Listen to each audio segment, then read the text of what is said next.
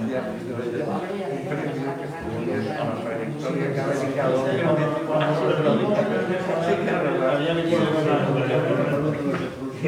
Fuimos a lo mismo a la posición.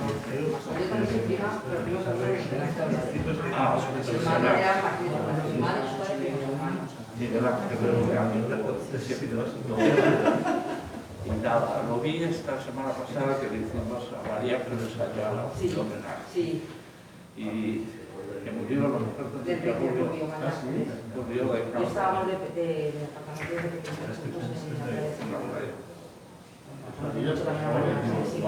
de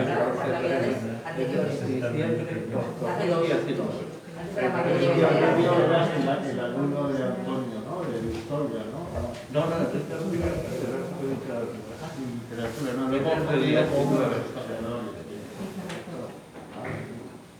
el alumno de la que se jubiló muy pronto, ha tenido muy mala suerte, que murió una hija.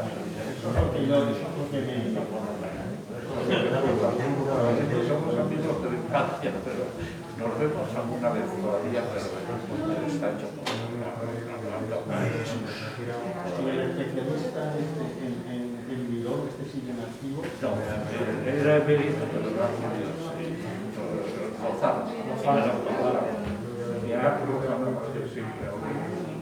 Es el mejor profesor que hay aquí, porque es el único que lee libremente. A mí me gusta mucho y lo que dice que un artículo en la boletín de la Fundación Juan sobre la poética de Gabriel Bidón, precioso. No lo felicité, Todos mis amigos se llaman, hizo un año de mérito y al año de cuando queráis. Gracias.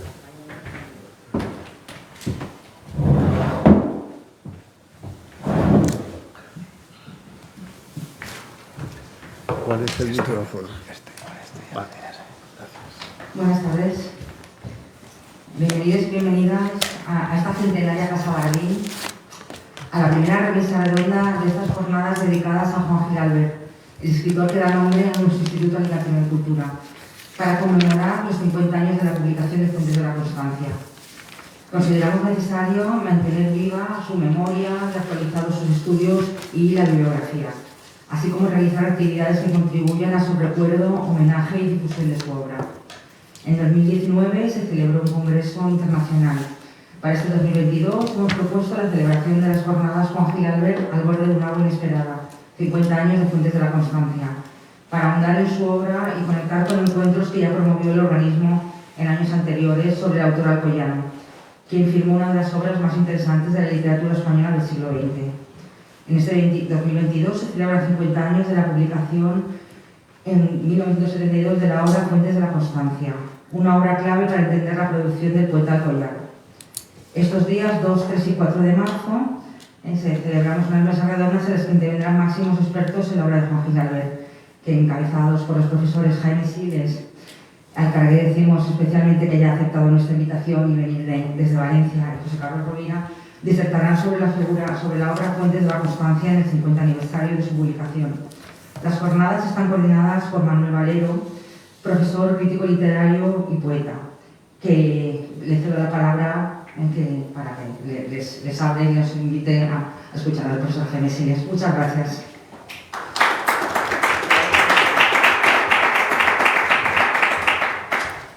Buenas tardes. Lo primero, Jaime, ahora cuando intervengas podrás retirarte la mascarilla si quieres. Gracias por venir.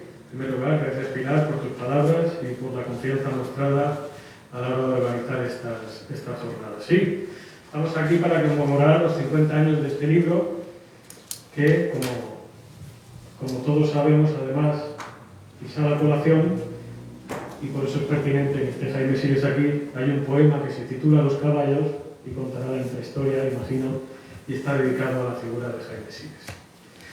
Bien, todos los que estamos aquí más o menos conocemos la trayectoria de Jaime Siles, pero voy a intentar leerles unas breves líneas para situarnos en contexto. Doctor en Filología Clásica por la Universidad de Salamanca, ha trabajado como profesor en diferentes universidades de toda Europa. En el 83 obtuvo la cátedra de Filología Latina de la Universidad de La Laguna y ese mismo año fue nombrado director del Instituto Español de Cultura en Viena y agregado cultural en la Embajada de España en Austria, donde cesó a petición propia en noviembre del 90. Catedrático honorario de la Universidad de Viena, por entonces, ha sido invitado como profesor visitante en otras tantas universidades de todo el mundo. Actualmente es catedrático de Filología Latina y director del Departamento de Filología Clásica de la Universidad de Valencia. Ha sido secretario de la revista de Occidente, asesor de cultura en la representación permanente de España ante la Oficina de la Organización de las Naciones Unidas y presidente de la Sociedad Española de Estudios Clásicos. En cuanto al terreno poético, posee una extensa obra con innumerables reconocimientos, entre los que pueden nombrarse Isabel Colación, del Premio Hornos del año 73, en el 83 el Premio de la Crítica del País Valenciano y el Premio de la Crítica Nacional. En el 89 recibirá el Premio Internacional Loeb de Poesía, creo que en su primera edición, si no me equivoco, y en el 98 el primer Premio Internacional de la Generación del 27. En el año 2003 fue distinguido con el Premio Teresa de Ávila y en 2004 con el Premio Bienal de las Letras Valencianas y el Premio Andrés Bello. Académico correspondiente en distintas academias, ha trabajado sobre diversos campos como la epigrafía prelatina de la península ibérica, la poesía clásica grecolatina y la teoría e historia de la traducción. Ha traducido poesía, teatro, novela y ensayo de 9 lenguas. Gracias, Jaime, por aceptar la invitación. Os dejo, cedo la palabra al profesor Jaime Siles.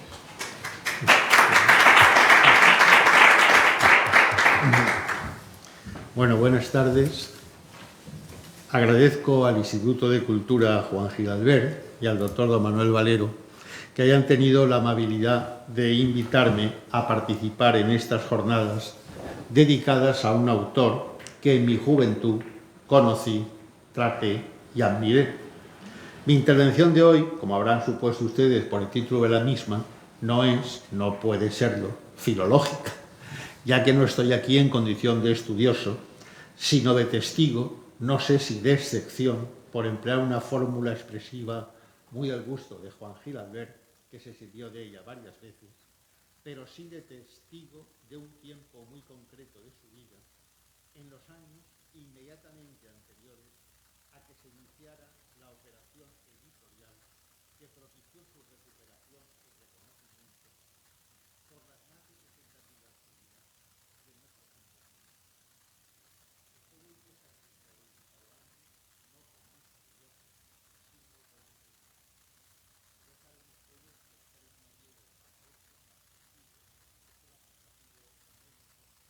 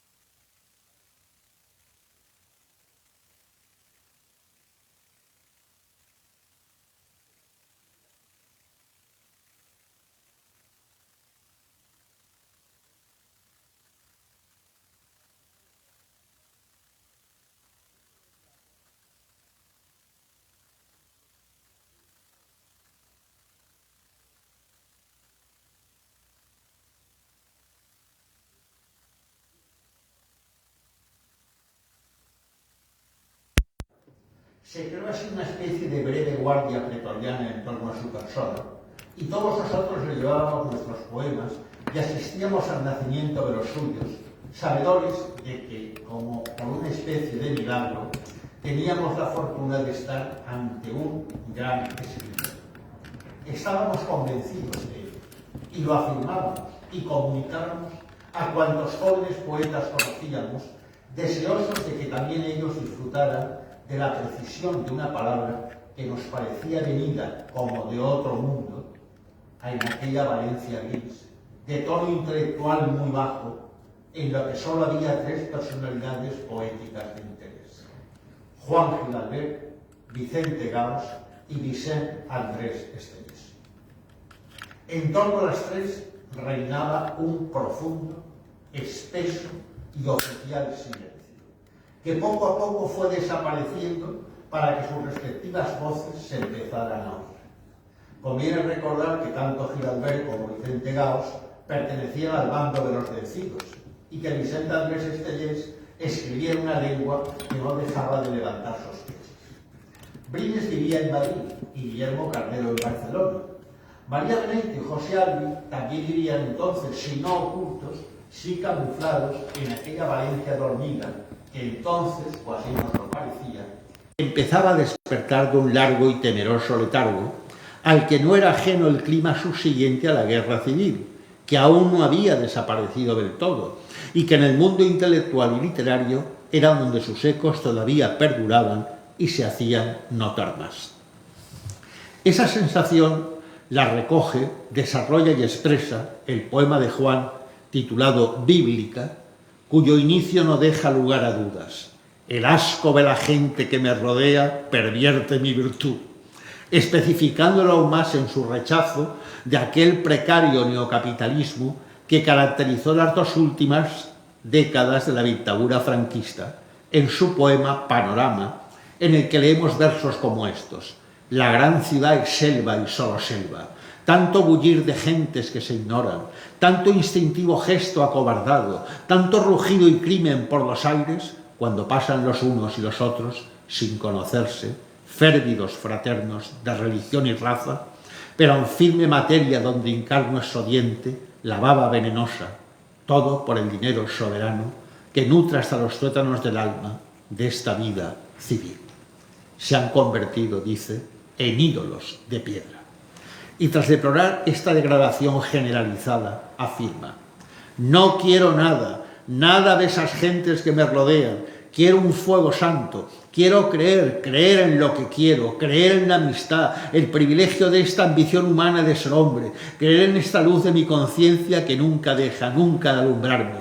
Quiero creer que el hombre está repleto de un proyecto divino y misterioso, de un proyecto que nunca estará escrito en ninguna pared.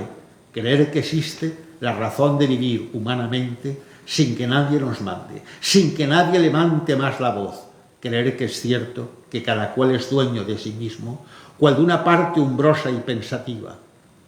Creer en mí, dice el pobre Juan Gil-Albert, que lleva 20 y tantos años afeitándose cada mañana y delante del espejo diciéndose a sí mismo: Juan, eres un escritor aunque no puedas publicar. Para que se hagan ustedes una idea clara de cómo era el enrarecido ambiente que se respiraba y las catacumbas a la que había quedado reducida la escasa vida cultural, me retrotraeré a la primera intervención pública que recuerdo de Juan Gil-Albert en Valencia.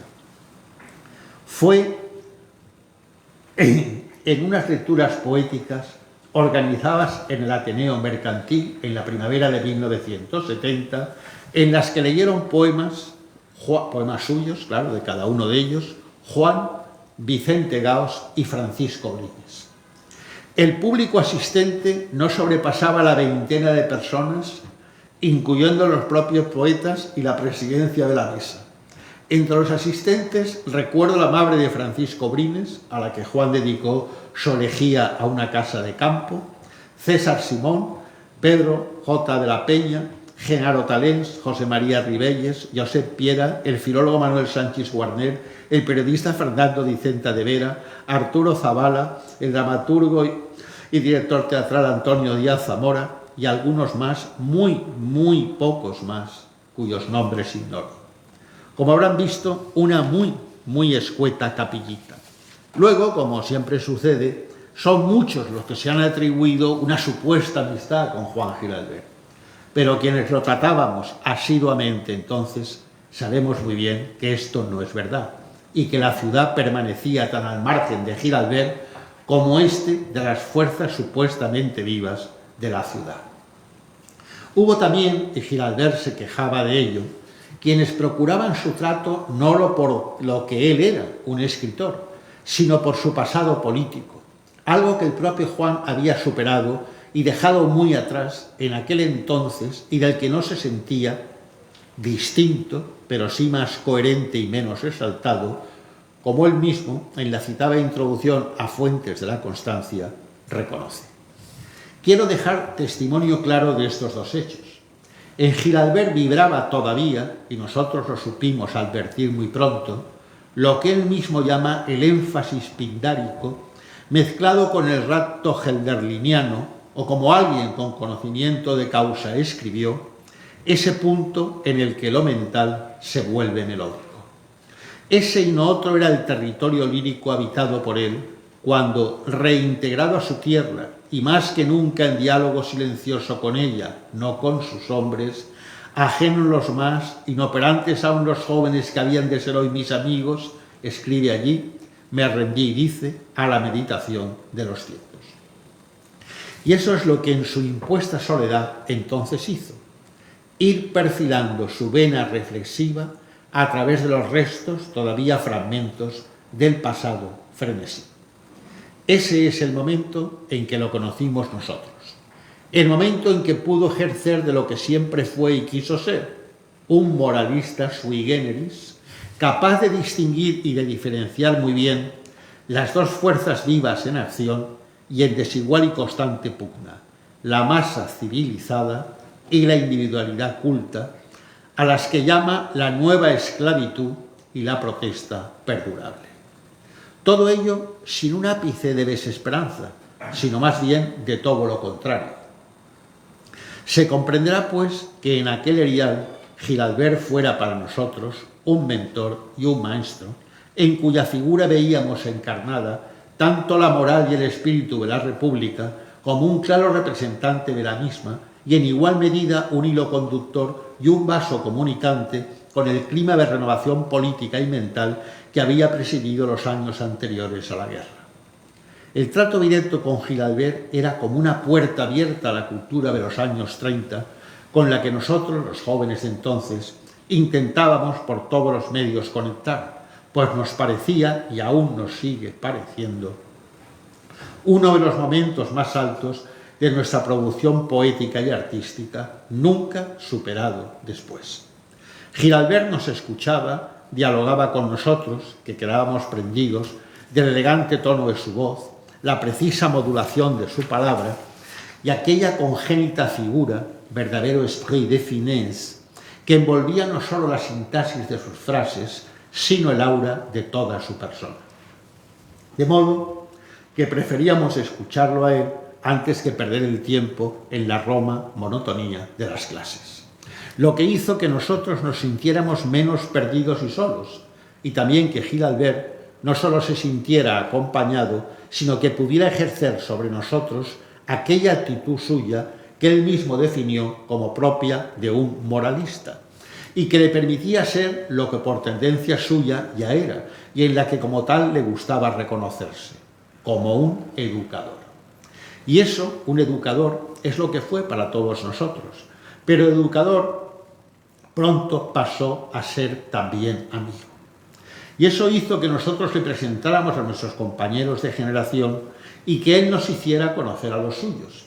En este intercambio de amistades salimos ganando, claro está, los jóvenes, que gracias a la generosidad de Juan tuvimos muy pronto conocimiento de, y más tarde también acceso a, pintores como Ramón Gaya, escritores como Rosa Chacel, Manuel Andújar o Rafael Dieste, o estudiosos como Antonio Sánchez Barbudo, que formaban parte del más inmediato entorno de Juan y que entonces eran todos ellos, como el mismo Juan, muy poco conocidos.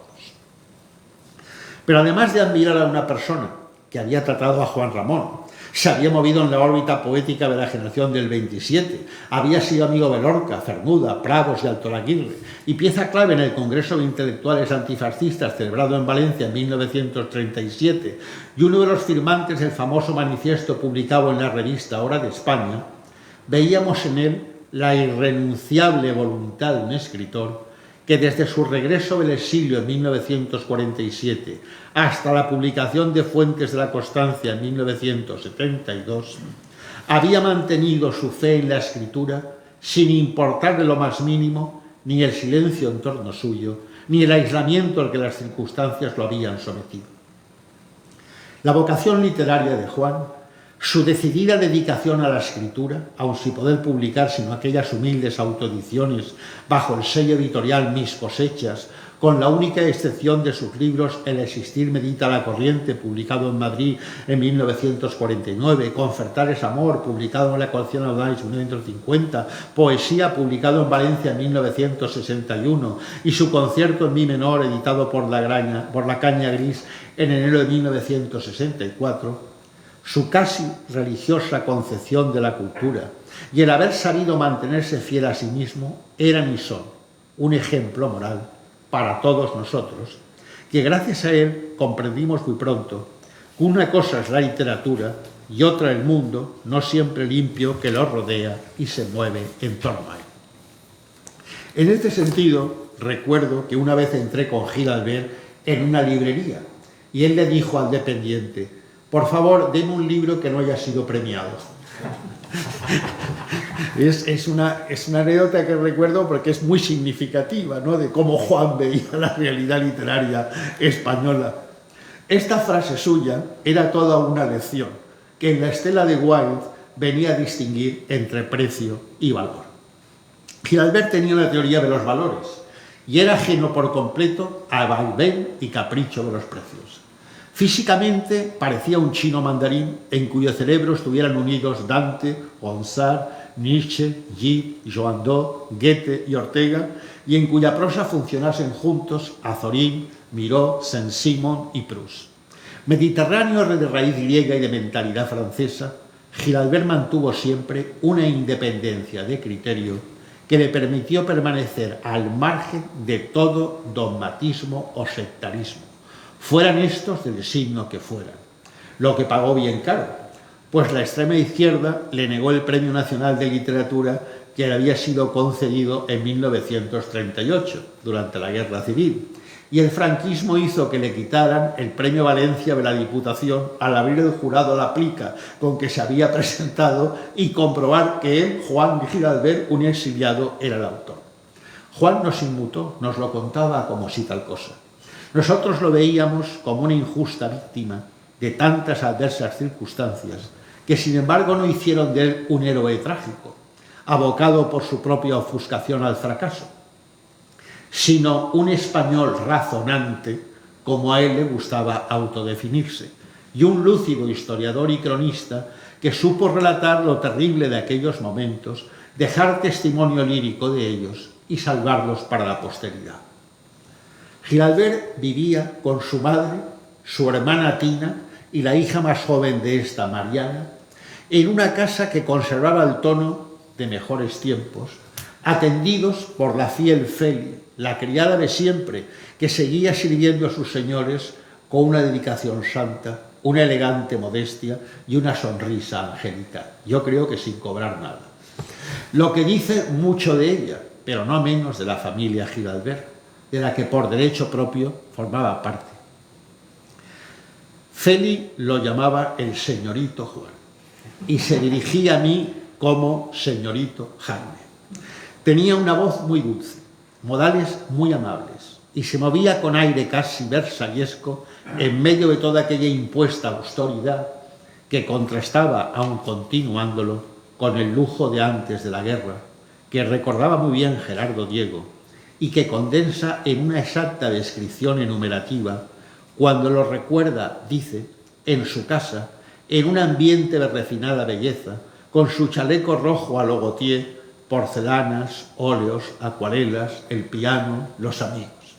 No es de esta casa, es de la casa anterior en la calle Colón, lo que recuerda Gerardo Diego. No pensar en algún relato de Chékhov resulta imposible. Juan solía recibirnos en 2 de las habitaciones de la casa que había más próximas a la puerta de entrada. La primera, que era también la más espaciosa, estaba decorada con un gran aparador, resto del esplendor perdido en el naufragio económico de la familia, un sofá, creo que isabelino, 2 o 3 sillones a juego, una mesa camilla, un piano, una araña de techo y un abundante número de bibelots.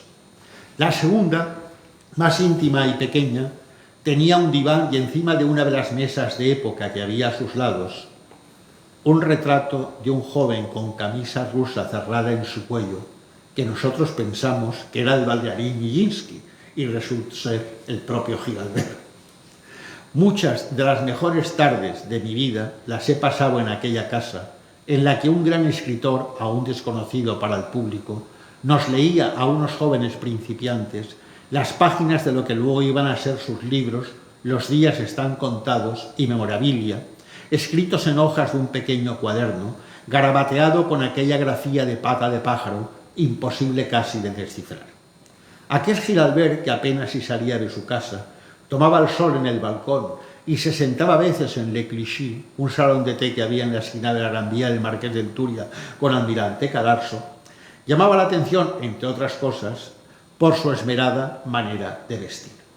Llevaba pantalones anchos de franela con dobladillo, unos suéteres ingleses de color rosa pálido o azul tenue, camisas a juego con o sin corbata, según la estación del año, y zapatos de piel de doble color.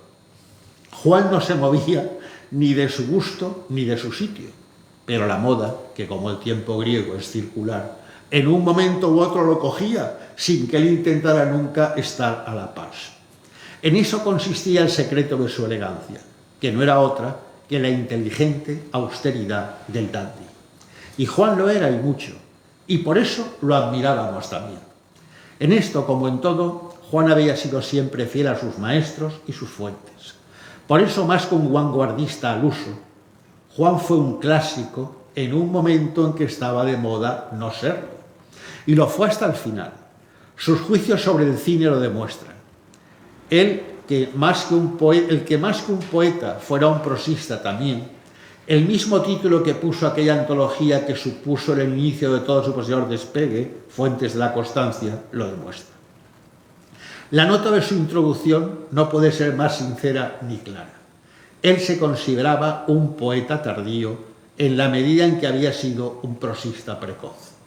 La protohistoria literaria de Juan, de la que me he ocupado en otra parte, explica muy bien tanto cómo se formaron y configuraron sus gustos, como la orientación y el rumbo que su posterior escritura tomó. Juan fue más revolucionario político que vanguardista literario, a lo que, como se sabe y resulta evidente, muy tarde llegó. Y este hecho debe servirnos de indicio para comprender su propia evolución, que en cierto modo es similar a la de Miguel Hernández, aunque con un ritmo cronológico bien distinto. Miguel Hernández compitió desde su primer libro por hacerse un hueco y ocupar un lugar entre los del 27, siendo él no un epígono de esto, como erróneamente dice Damaso Alonso, sino el mayor poeta de la generación del 36. Gilabert, que por edad podría ser incluido en la generación del 27, había llegado tarde a ella, y por eso su producción poética coincide con la del 36, sin que se pueda decir que pertenece a una generación o a otra.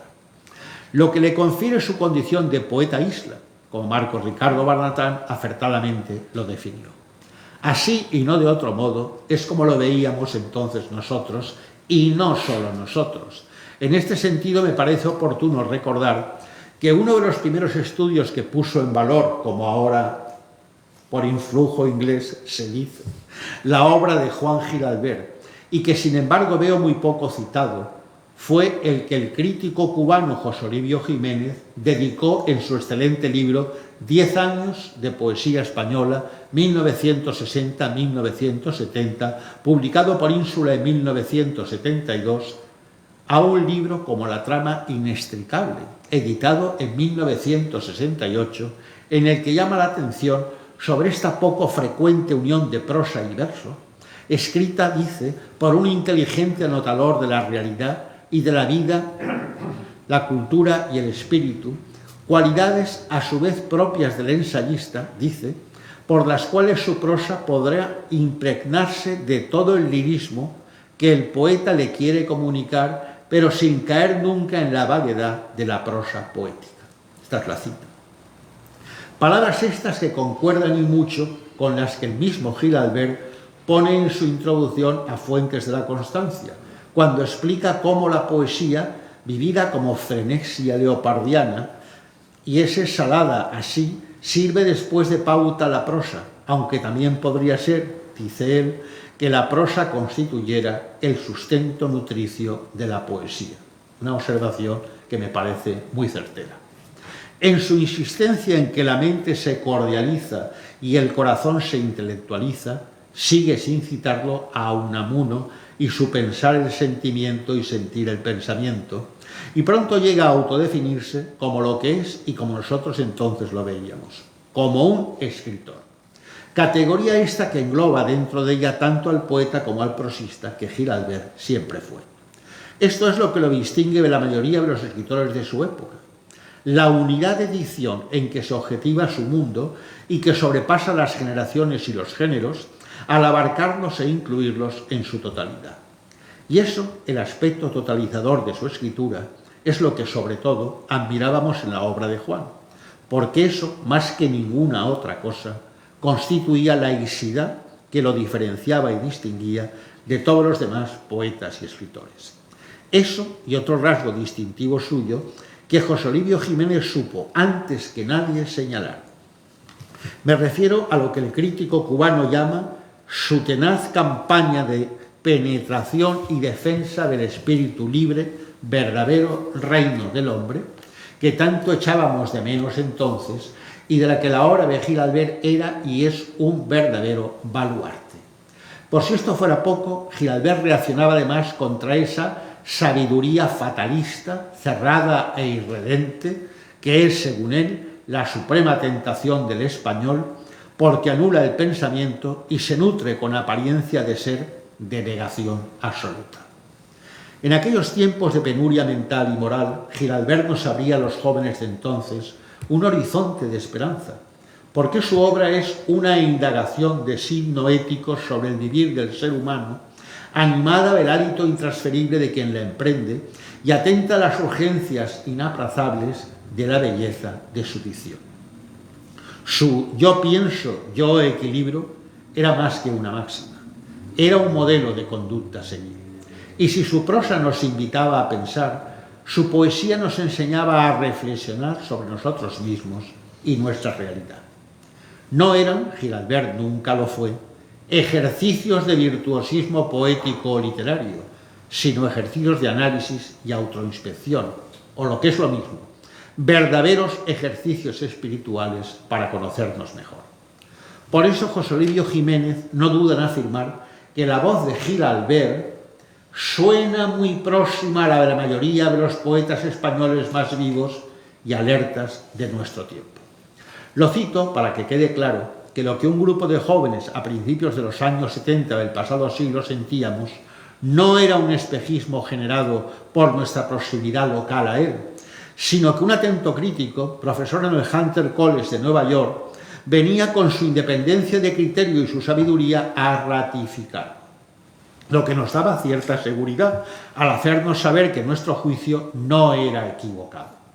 Gil Albert se inscribía en una línea de escritura que los mejores poetas del 50 habían denominado con el título de un libro de Marx, Poesía de la meditación, combinando pensamiento, emoción y belleza. No se nos ocultaba la aparente similitud de la poesía de Gil Albert con el tono y los temas de los poemas escritos en el exilio por Cernuda. Su actitud meditativa, su coloquialismo, su objetivación, su eticismo y sus vislumbres metafísicas coincidan en parte, pero no en el todo, con los de Cernuda. Y José Olivio Jiménez, después de señalar su aire de familia y su comunidad de rasgos, acierta plenamente al indicar también sus muy marcadas diferencias.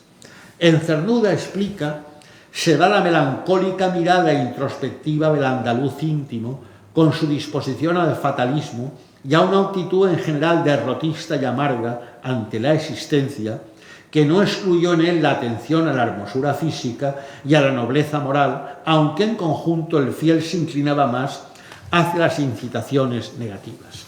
En Gil Albert, en cambio, dice, encontramos la abertura luminosa del Mediterráneo con su profunda, aunque no miope fe en el hombre, y sus pies fuertemente afincados en la tierra y la vida. Constatábamos así que sus innegables similitudes con Cernuda lo eran de estilo, de prosodia y de dicción, y que lo que los diferenciaba y distinguía era precisamente su distinta visión de la vida, del mundo y la realidad. Cernuda era un andaluz que se fue progresivamente anglosajonizando.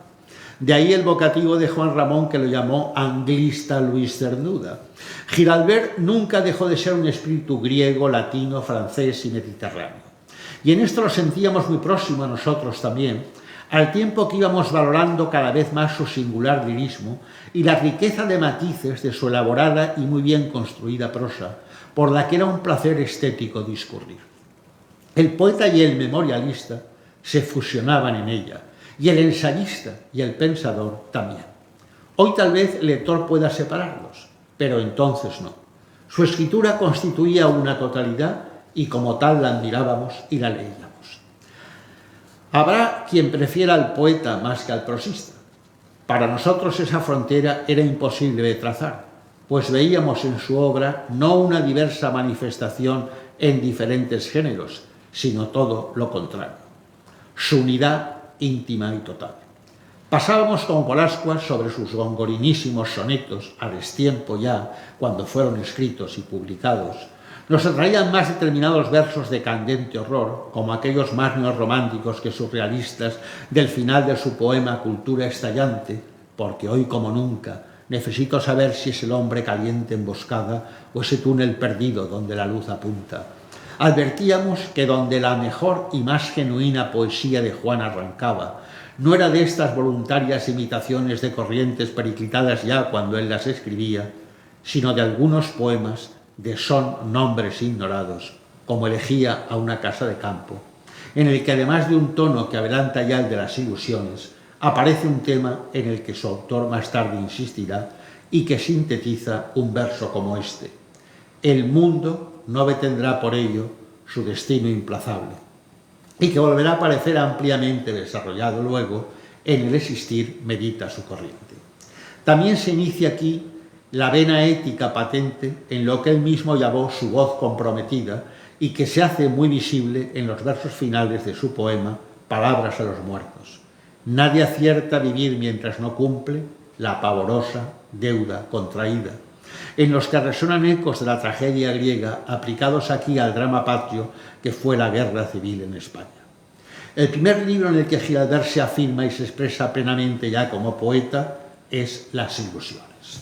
En él nuestra generación admiraba su bien asimilado culturalismo, su cuidada y lograda dicción, el equilibrio clásico, una voz deslumbrada capaz de hacerse una en y con el sentido, el ritmo y el fluir del tiempo, y que traía junto a sus extrañas claridades nada menos que la afirmación vital de todo lo existente. Uno de los poemas de este libro, se ha referido el Manuel Valero hace un momento, Los caballos, me lo dedicó Juan al leer mi tragedia de Los caballos locos, y nunca le agradeceré bastante este gesto suyo de afecto y amistad. En Las ilusiones estaba también uno de los poemas más próximos a la estética y el sentir de la segunda mitad de los 60. Me refiero a El lujo, dedicado a Jorge Guillén. En él había versos que habrían podido firmar no pocos de los poetas novísimos, y en concreto dos, Guillermo Carnero y Pedro Gil Ferrer, a cuyos primeros libros nos resultan ajenos formulaciones gilalbertianas como estas. Vi unos guantes en tono de canela, escarchados de perlas diminutas, o ajetreadas gentes se movían sobre un musgo de púrpura y abajo de los anchos balcones esperaban los landós entre un humo delicioso de caballos que piafan impacientes con sus sombrías riendas perfumadas. En este libro, que entonces nos parecía el mejor de los suyos, veíamos la huella de la primera olímpica de Píndaro en el inicio de su poema Fuentes de la Constancia, Nada es aquí en la tierra comparable al sonido del agua. Lo mejor de todo es el agua, dice la olímpica primera Giro Ariston. Dice hoy Peter. Avistábamos en lamento de un joven arador el duradero toque de un instante de gracia. Aquel rapto me convertía en sueño que redime de tantas prostraciones venideras. Sueño sin duda, sueño desolado, que brilla en mi memoria como un ángel que vino y me tocó y alzó su vuelo. Aquí estoy, entre el de las ciudades, la lividez, la envidia y el acento lúgubre de una lucha despiadada, sombra de aquel instante que destella y al que yo siempre creí y sigo creyendo que le falta la palabra aún.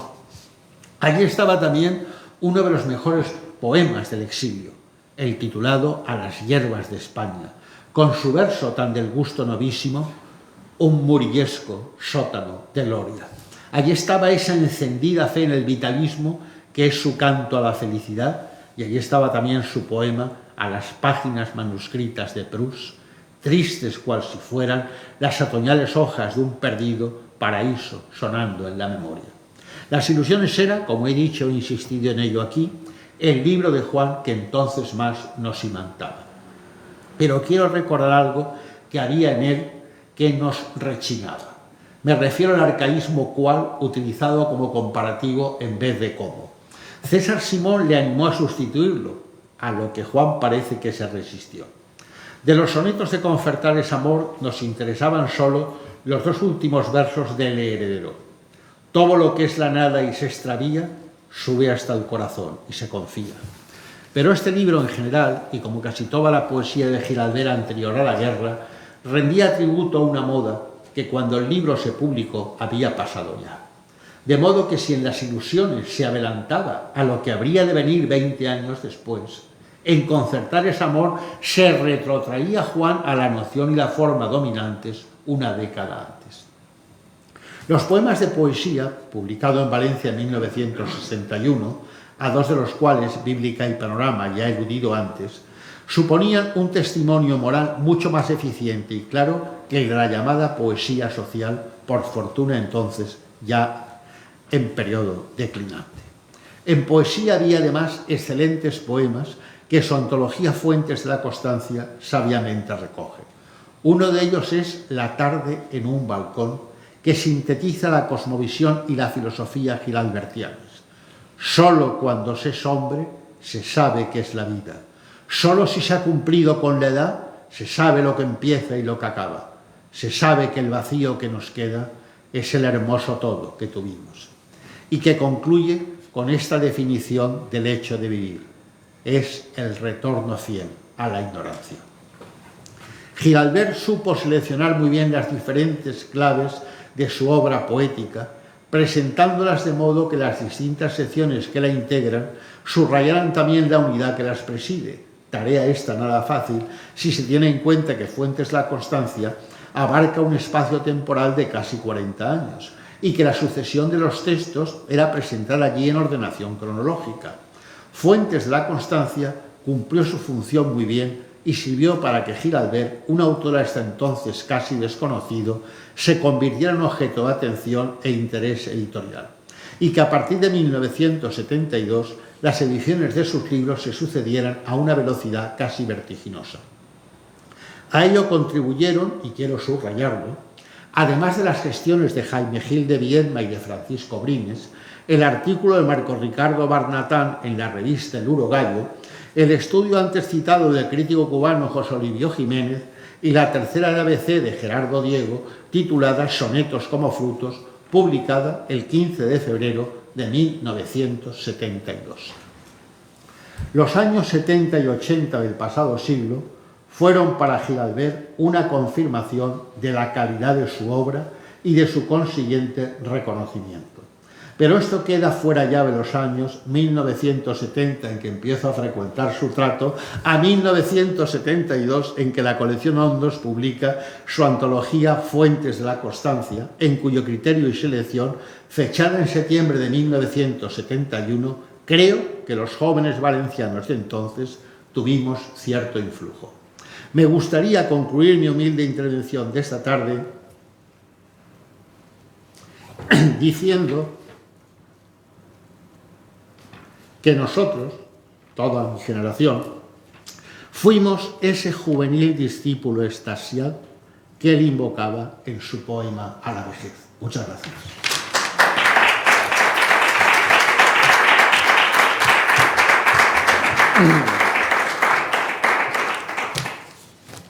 Muchas gracias, Jaime Siller, por tu vibrante relato y ser un testimonio, sin lugar a dudas, de excepción. También es un honor que podamos compartir la primera vez que te refieres a Juan Gil Albert en la bibliografía de esta manera, así que gracias por ello también. Es el turno de ustedes, si tienen alguna pregunta es el momento antes de pasar a la siguiente conferencia y creo que el relato lo ha merecido. ¿Se ha quedado alguna cuestión pendiente por aclarar?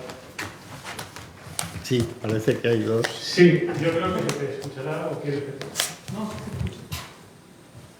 escucha. Bueno, felicitaciones, Jaime, por su presentación tan conmovedora.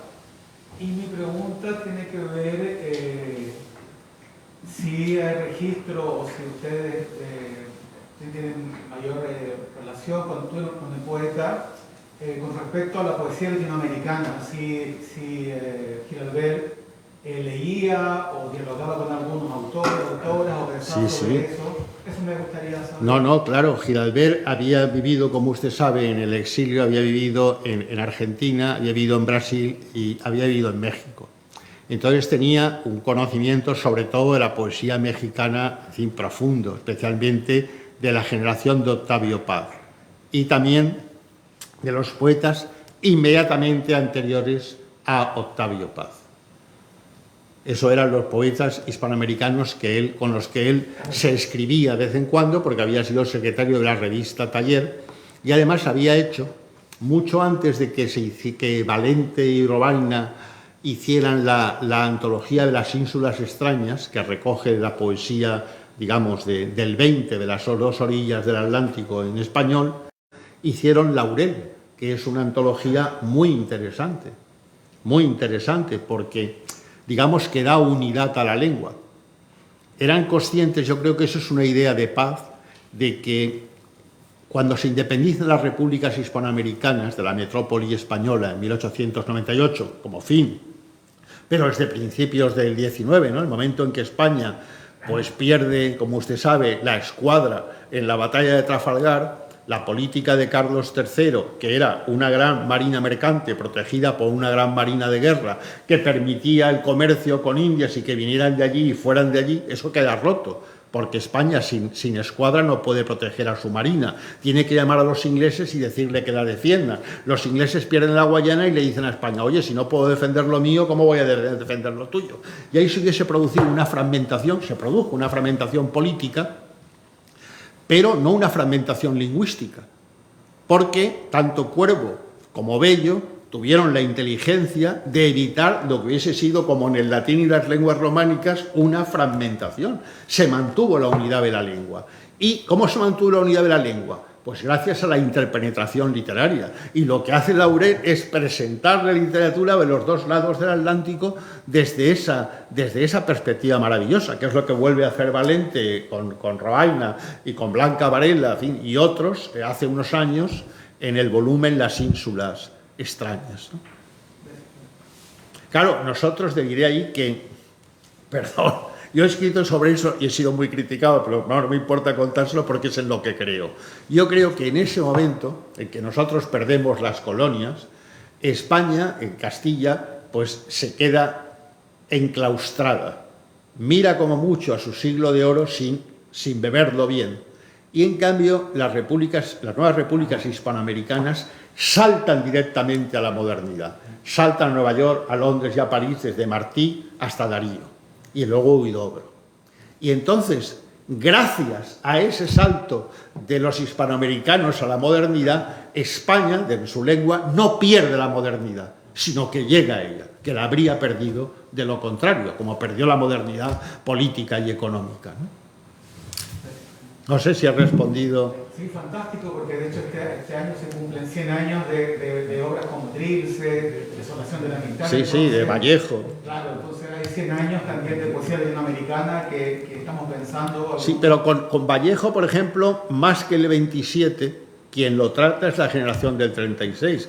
Vallejo viene primero con una beca que le da el dictador Primo de Rivera, curiosamente. Y viene en un barco en el que viene, en ese mismo barco, en el vientre de su madre, Gustav Siebenmann, que es un hispanista suizo que luego escribió los estilos poéticos en España. Pero a quien trae Vallejo a Madrid en los 30, antes de la guerra, es Leopoldo Panero, el padre de los Panero, y lo lleva allí al pueblo, en Astorga, donde hay unas fotos y hay unos textos de Vallejo. O sea, más que el 27, quien descubre a Neruda, como los creacionistas habían descubierto a Huidobro y los modernistas a Darío, pero los que descubren a Vallejo son los del 36. Vallejo lo descubren Panero, Rosales, ese grupo. Gracias. Les recomiendo las cartas de César Vallejo, donde hay una alusión a su paso por Salamanca, fría y lluviosa. ¿Alguna pregunta más? Sí, José Carlos. Bueno, preguntaba Héctor Hernández Montesinos, que es un excelente poeta chileno de un grupo, bueno, era el que preguntaba. Me ha interesado todo lo que has contado, Jaime, pero hay algo que me ha llamado la atención porque le he dado muchas vueltas por versiones diferentes. El papel que podéis tener el grupo de jóvenes, Guillermo, todos los que has citado, Pedro de la Peña, etcétera, en la selección de fuentes de la constancia, sí. Porque mañana voy a hablar un poco de esto por mi edición del 84 y por preguntas que hice a Juan y algunas personas, en la dirección de otros, la persona que está, que la conocemos todos, Joaquín Marco, me dio una versión también. ¿Nos puedes concretar sí, algo más? Sí, yo creo, hombre, Juan, el problema es que Juan eligió mucho más, ¿no? Eligió, yo creo que 100 y pico páginas más de lo que iba a ser el tomo. Luego quedó reducido a la extensión que le permitieron en Ognos. Pero yo no me refiero a que nosotros dijéramos, este poema sí y este poema no. No. Nosotros, yo lo que creo que eso sí nos vio, él, por lo que nosotros escribíamos, por lo que nosotros leíamos, por lo que nosotros comentábamos, él sí fue viendo de su obra cuál podía conectar mejor con el momento de entonces. Por ejemplo, La voz comprometida, él se daba cuenta de que allí no tenía mucho lugar. Por eso Manolo Andar Soler la recoge una década después y como un hecho, digamos, de cronista histórico, más que como un hecho poético en sí, ¿no? Yo creo que ese fue su influjo. Cuando él vio la admiración que nosotros sentíamos por las ilusiones o a los presocráticos, por poner cosas, él dijo, pues por aquí, ¿no?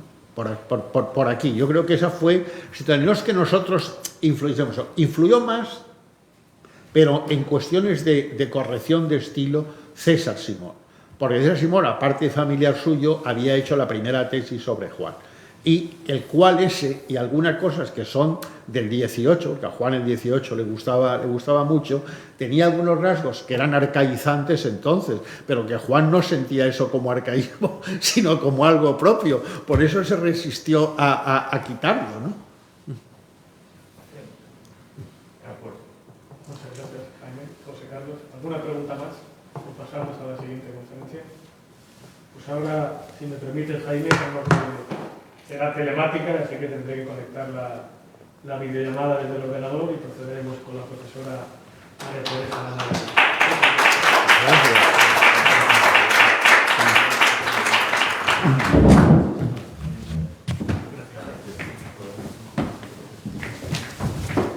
Poniendo aquí, que voy a quitar esto.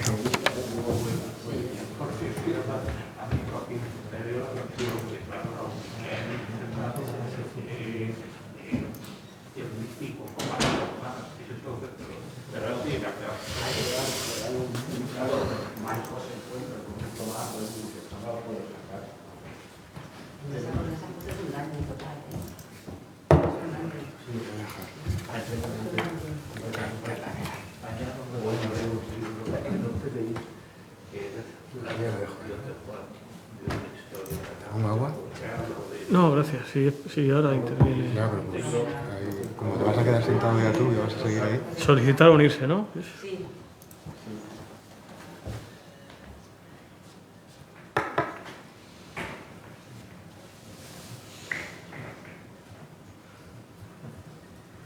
Las cosas del directo. Tienes que darle tu paso. Tienes que darle paso. En el enlace yo te he mandado a ti en tu ordenador desde allí. O a ti tendrás que darle paso. Claro, eso está creado desde el Pilar, me imagino. Desde el correo electrónico de... Y tendrás que darle paso desde paso. Esa es la que tienes y la otra en el micrófono. Esa está... Dale los puntitos, Manuel.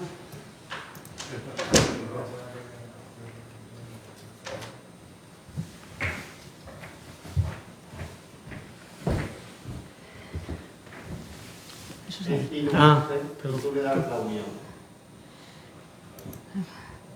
No. Esa es la señal de audio. Ya. Es que tendríamos que haber dado, a ver, ¿dónde sale el enlace? Está puesto. Es que lo ha abierto él con José Pero es que si Antonio. no se hubiera abierto eso, ¿no? No. José Antonio. Se trata de un error. ¿Lo copio y lo pego? No, que lo vuelva a abrir él, porque en teoría está creado por nosotros, entonces tendríamos que dar nosotros el paso, ¿sabes? La cámara Pero es ahora. que yo ahí no tengo la cuenta de la red, ahí no tenemos abierto Tienes los que correos pedir oficiales, la ayuda solo también. están en la red. Pero eso no son los oficiales, eso es un tema de esto. Yo lo único que lo he copiado, si quieres entrar en el correo del instituto. Bueno, voy a... Pide paso, voy a subir a Sí, sí. No eres tú, es él. Deberías autorizar a quien solicita eso. Deben solicitártelo a ti y tú darle unión. Ya, pero tiene que ser desde... Ahora lo estamos solucionando y...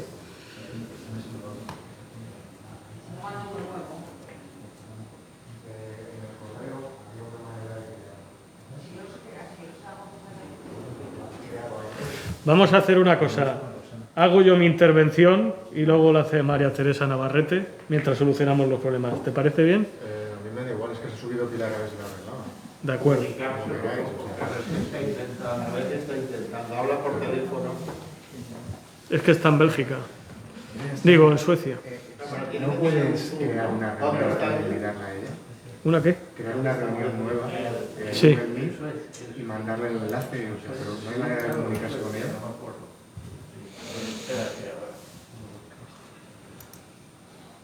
Ha abandonado.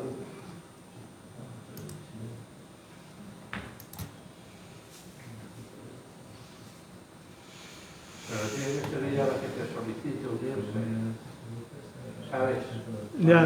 Ya lo sé, pero... Y si te solicita unirse es fácil, claro.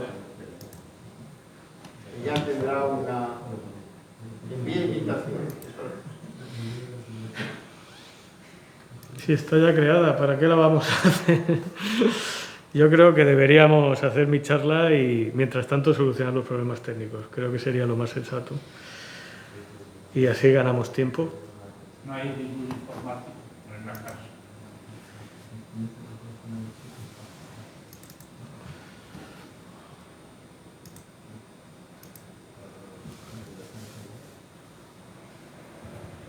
Bueno, perdón por las interrupciones.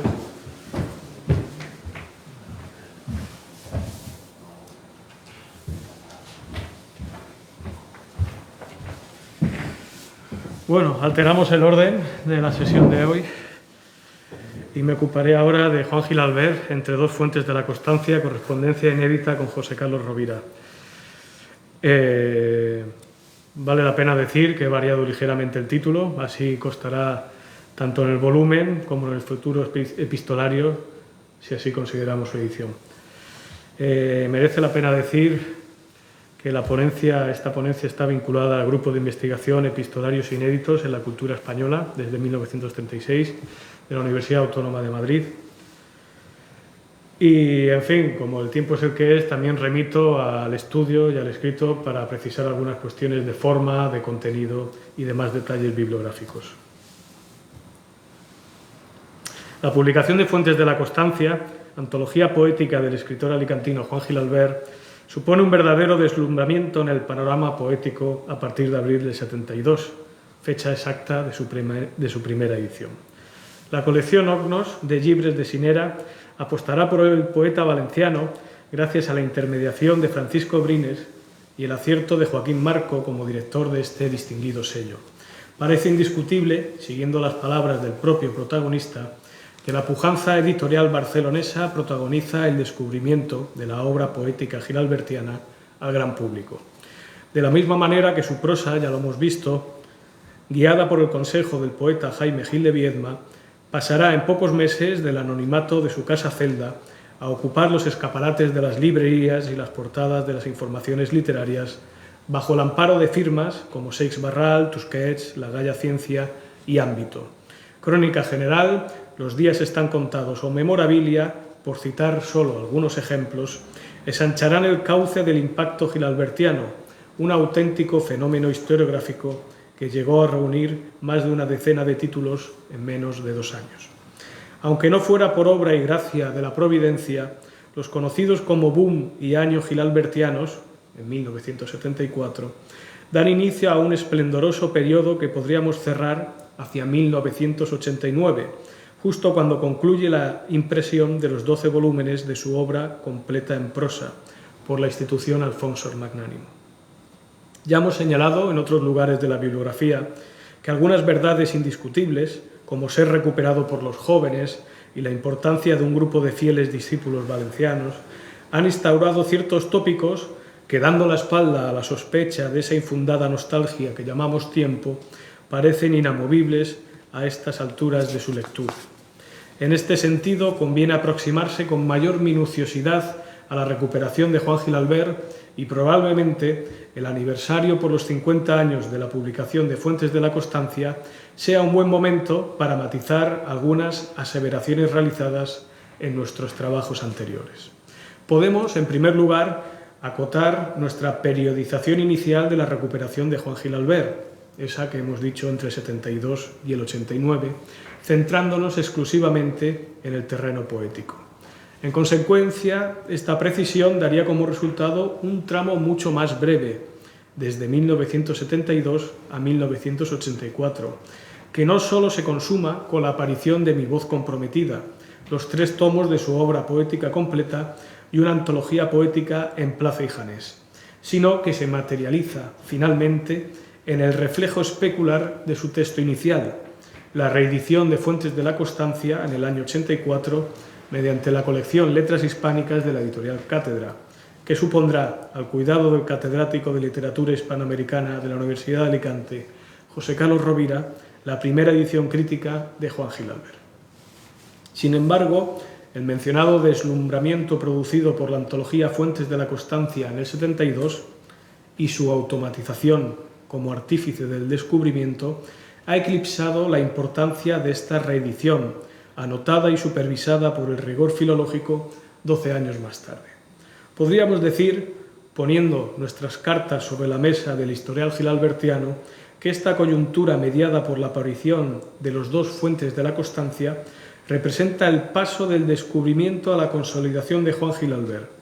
Por estos motivos, hemos decidido estudiar la correspondencia inédita entre Gil Albert y el profesor José Carlos Rovira, ya que nos permitirá, arrojando luz sobre ese deslumbramiento y eclipse mencionados, conocer algunas intimidades de la trastienda rescatadora de estas 2 décadas. Para cualquier estudio entre Gil Albert y José Carlos Rovira debe recurrirse, obviamente, a la bibliografía de este último. Es más, esta ponencia se encuentra anclada a las palabras que pronunciará mañana el propio profesor José Carlos Rovira. En cualquier caso, y en diferentes lugares, Rovira desmenuza algunos momentos importantes de su amistad con Gil Albert. Por ejemplo, rememora con cierto deleite la primera vez que escuchó hablar del escritor alcoyano en 1975, gracias a un encuentro con Jorge Guillén en Florencia.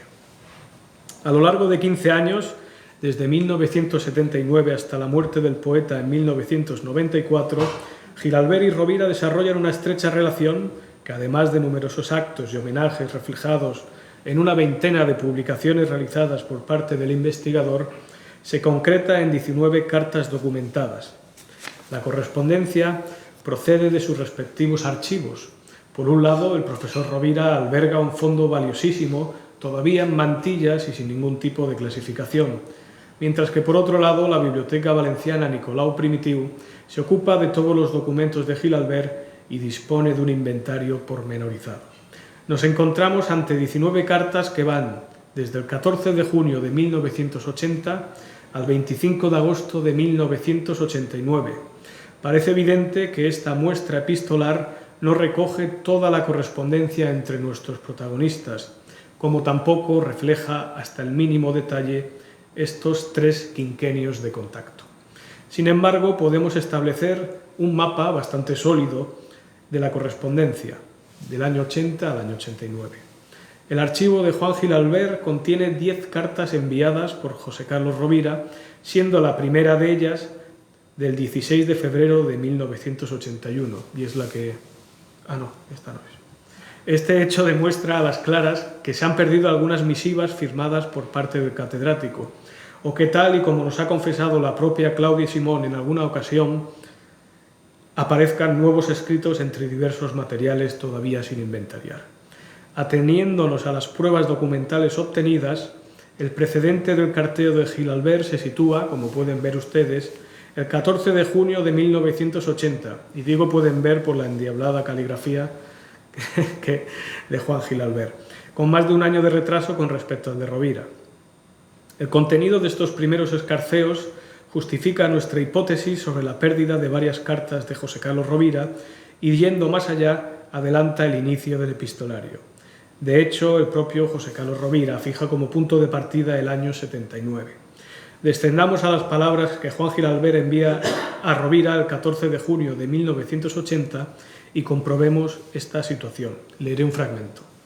Querido amigo José Carlos, recibo con retraso, dada la fecha de su envío, sus gratas palabras que venían a corroborar las que públicamente me dedicó en la prensa y en la Alicantina, que es tanto como decir de mi tierra. Pregunté a Carlos Mateo si nos habíamos visto y me dijo que no, lo cual valoraba para mí un criterio puesto que lo sentía exento de todo compromiso. Soy ya un anciano, lo que no deja de asombrarme, pero en ciertos momentos de felicidad me siento ser el niño que fui siempre, es decir, que he seguido siendo. Queremos entender que estas gratas palabras corresponden al mismo 1980 y, en consecuencia, la primera toma de contacto entre Gil Albert y Rovira se produce a partir de un especial cultural dedicado al escritor alcoyano a cargo del diario Información, 4 de mayo. José Carlos Rovira firma en este suplemento los trabajos Breviarium Vitae, un libro deslumbrante, y Gil Albert, los designios de una vocación. Será meses después, a raíz de un recital de Gil Albert acompañado por el músico Domenech Part y celebrado en el Aula de Cultura de la CAM el 14 de noviembre, cuando se desencadenen los acontecimientos. Carlos Mateo, por aquellos años director del Aula de Cultura de la CAM y preboste de la cultura provinciana, intercederá para que el joven profesor acceda con mayor confianza al poeta. Volviendo a la distribución epistolar que pertenece a cada archivo, son 9 las cartas de Juan Gil Albert conservadas en el archivo de José Carlos Rovira. Tampoco olvidamos la pérdida de algunos de estos envíos, puesto que el propio Rovira achaca el extravío a un cambio de domicilio llevado a cabo en el año 1981. Pasando al comentario de los contenidos, hemos dicho que la lectura del epistolario entre Juan Gil Albert y José Carlos Rovira está mínimamente iniciada y al mismo tiempo se desarrolla de manera regular e interrumpida. Los primeros pasos de este intercambio, aproximadamente hasta octubre de 1980, están dominadas por las fórmulas de respeto y, por ejemplo, el firme empleo del ustedeo. Si bien Juan Gil Albert se encuentra colmado de agasajos, se ve sorprendido ante los artículos de prensa firmados por Rovira y aparecidos hace unas pocas semanas. Y cito: no un comentarista más, sino alguien que ha descubierto algo que está más allá de gustar o no gustar, que se siente captado. 14 de junio del 80. Las próximas cartas servirán para planificar la primera visita de Rovira a la casa de taquígrafo Martí, sentar las bases de los futuros proyectos en Alicante y la búsqueda de sus ejemplares poéticos con el objeto de subsanar las necesidades investigadoras del joven profesor. Buenos ejemplos de esta última premisa, pueden ustedes verlos ahí, son la segunda carta, 11 de julio de 1980, que está a la izquierda, y la tercera carta, 11 de octubre de 1980, de Gil-Albert, donde la paradoja representa los límites de su incomparable éxito comercial. He buscado inevitablemente por librerías mis títulos poéticos, dice Juan Gil-Albert. Las ediciones en Ognos se las ha tragado la tierra. Tras la promesa de perseguir el existir medita su corriente y los presocráticos, mas en una carta posterior, el escritor alcoyano insistirá: ¿has leído mi homenaje a Impromptus? Como todos mis libros de poesía, es libro desaparecido de la circulación. Sea como fuere, estas tres primeras cartas de Juan Gil-Albert abren la puerta a la amistad con José Carlos Rovira. La número 1, fechada el 21 de noviembre de 1980, supone una inflexión en su correspondencia y deja patente el tuteo, su primer encuentro y el contacto telefónico. El mencionado recital de Gil-Albert junto al músico Domènec Part merecerá el artículo Gil-Albert en la música de Domènec Part, incluido en el Información el 16 de noviembre de 1980. Y cito la carta. Querido José Carlos, recibo tu recorte de prensa en el que súbito te reconozco. Dejo aparte, pues, lo que esas apretadas líneas contienen de amistoso. Tuve al vernos la seguridad de que nuestro hado estaba asegurado. Me encantó lo que dices y cómo lo dices. La correspondencia avanza mediante la transmisión informativa. Destacan, entrando en detalles, la nueva Casa de Cultura de Alcoy, bautizada con el nombre de nuestro escritor, y una ayuda a la investigación literaria centrada en un estudio biográfico crítico sobre el propio Gil-Albert y promocionada por el todavía Instituto de Estudios Alicantinos, antes de llamarse como ahora lo conocemos. Otro hito de la correspondencia, que les propongo en la siguiente diapositiva, obedece a la publicación de Gabriel Miró Remembranza, reedición de su libro de 1931, al que se añade, siguiendo su propia confesión escrita el 10 de diciembre de 1980, el capítulo que le dedico en Crónica General y que lo ennoblece todo, dirá Gil-Albert. Esta epístola incluye el compromiso de un futuro ejemplar de esta nueva publicación y además adjunta 2 colaboraciones que confirman los preparativos del homenaje de la UNED de Elche.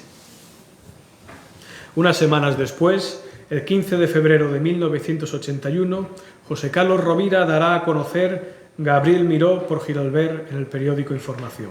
Y al día siguiente, primera carta que conservamos del catedrático, Rovira mandará su reseña a Gil-Albert describiendo su situación laboral y enumerando algunos detalles sobre los actos ilicitanos.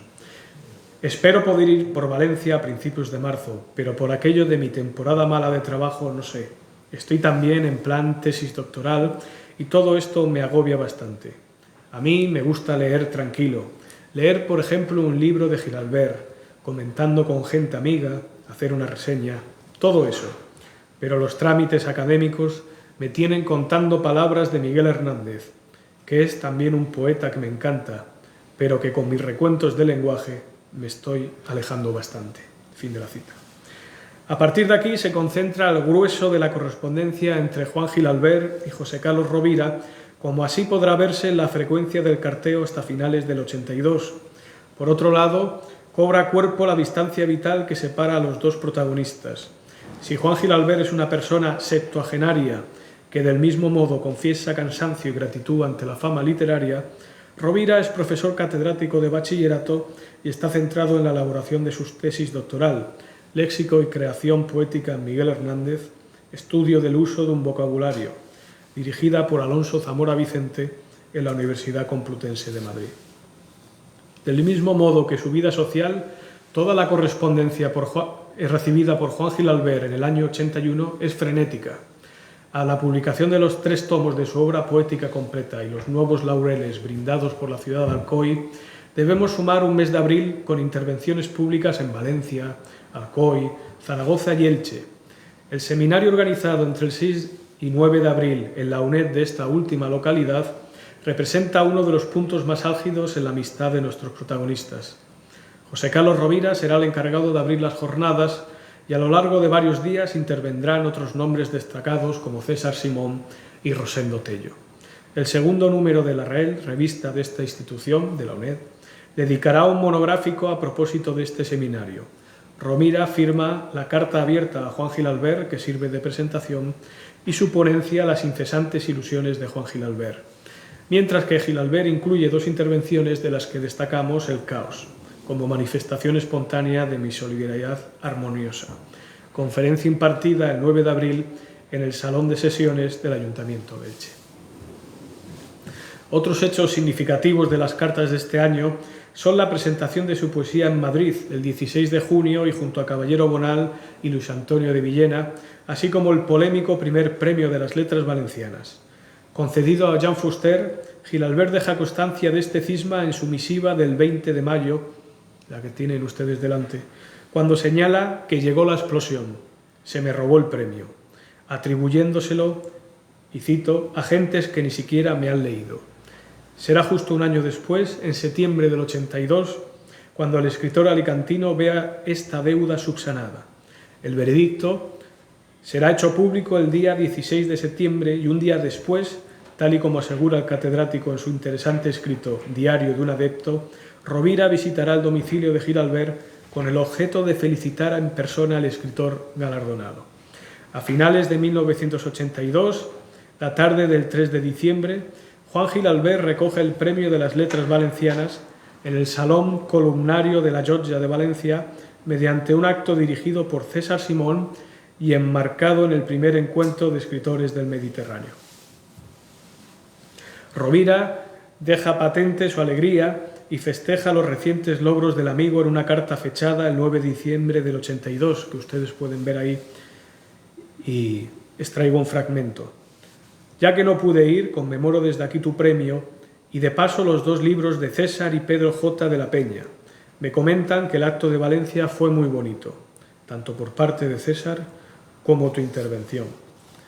Ya estoy terminando. El resto de la correspondencia, desde 1983 al 89, está compuesto por 5 cartas dispersas que en gran medida contienen mensajes de afecto y recuerdo. Sin embargo, son reseñables varias cuestiones que salen al paso de nuestro estudio. El 26 de noviembre de 1983, y en carta autógrafa, José Carlos Rovira escribe unas breves palabras de carácter misceláneo. Aquí tenemos noticia de la preparación de su reedición crítica de Fuentes de la Constancia en cátedra. Te envío un cuestionario, dice Rovira, de cuestiones concretas para mi edición. Si te apetece contestarlo por escrito, mejor que mejor, si no, iría a verte pronto. Prefiero la respuesta escrita, por supuesto. Aunque el estudio introductorio recoge varias líneas de pensamiento ya trazadas, tiene especial interés su propuesta de la lectura gilalbertiana a raíz de la autorrepresentación. Un mes después, el 30 de diciembre, otra carta manuscrita de Rovira nos pone en la pista sobre un asunto poco tratado en la bibliografía gilalbertiana. Y leo las palabras. Ustedes pueden ver una serie de recortes de prensa que se comentan adjuntos. Querido Juan, cuando leas esto, te divertirá la estupidez de algunos señores que no saben lo que dicen. Hace referencia al bautismo de esta sede, de esta institución, con el nombre de Juan Gil Albert. El sobre contiene varios recortes de prensa sobre la polémica desatada en el pleno local ante el cambio de nombre del Instituto de Estudios Alicantinos por Instituto de Estudios Gil Albert. Unos debates que, sin lugar a dudas, demuestran que, pese al éxito y la notoriedad intelectual, la figura de Juan Gil Albert continuaba siendo incómoda para algunos. José Carlos Rovira, como es sabido, participó de lleno en la renovación de este organismo cultural alicantino en el que hoy estamos, fundado hacia la mitad del siglo XX. Además del nombre de la institución y el apoyo a la edición y reproducción facsimilar de sus obras, contamos con la presencia de Juan Gil Albert en el nacimiento de una revista mítica como Canelobre, donde se incluirá el manuscrito de su poema La Fidelidad en el primer número. Multitud de homenajes o su investidura como doctor honoris causa de la Universidad de Alicante en enero del 85 dan buena cuenta de la repercusión que seguirá teniendo en la provincia alicantina.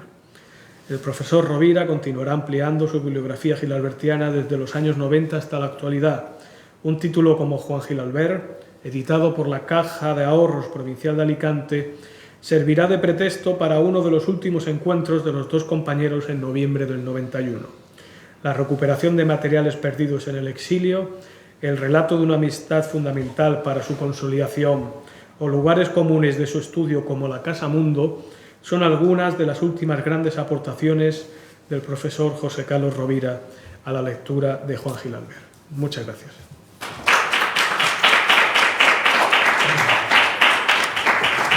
Ahora sí, si ustedes tienen a bien, voy a contestar las preguntas ahí, mientras Pilar me ayuda a poner la videoconferencia.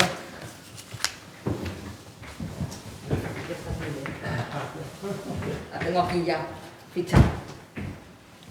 Bueno, José Carlos toma la palabra como parece lógico. Bueno, gracias Manuel por este honor. No sé si merecido, pero en fin, en todo caso me ha emocionado incluso porque me ha recordado, como sabes, muchas cosas que yo tampoco recordaba. Quiero decir que algunas de las cosas que voy a contar mañana las has anticipado tú de una forma de recuerdo que me ha parecido preciosa, además para mí, por todo lo que significa 40 años después de aquello. En fin, gracias y bueno, pues, ¿qué más voy a decir? No sé lo que diré mañana. Bueno, si he cometido alguna imprecisión, pues No. se perdonará y ojalá se aconseje la rectificación.